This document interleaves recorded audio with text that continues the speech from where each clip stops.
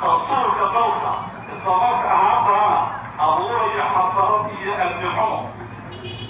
toban maadaama lagu jiro xilli doorasho waxay beesha kulmada isku raaceen iskuna waafaqeen in hal qof uu matalo tartanka doorashada madaxweyne kaasoo loo gartay inuu noqdo axmed maxamed islaam.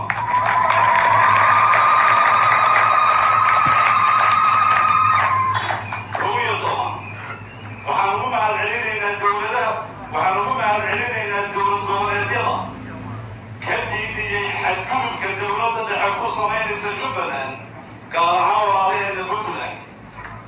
12 sidoo kale waxaan mahad gaar ah u soo jeedinaynaa guddiga qabanqaabada kiilayaashii ama dhexjeclayaashii mas-uulka ka ahaan waxgaradka iyo odayaal dhaqameedyada ugu baaqaysa inaysan ka aamusin mugdiga iyo rajxumada soo wajahday dalka taasoo keeni karta in qarnimadii Soomaaliyeed ay ku dhacdo bohol dheer. 2 beesha kulmada waxay uga digaysaa madaxda dowladda federaalka ugu sarraysa inaysan dalka u horseedin dagaal sokeeye inuu kala bugo. 3 beesha kulmada waxay soo jeedinaysaa in si daacad ah wadaxaajood looga furo Somaliland.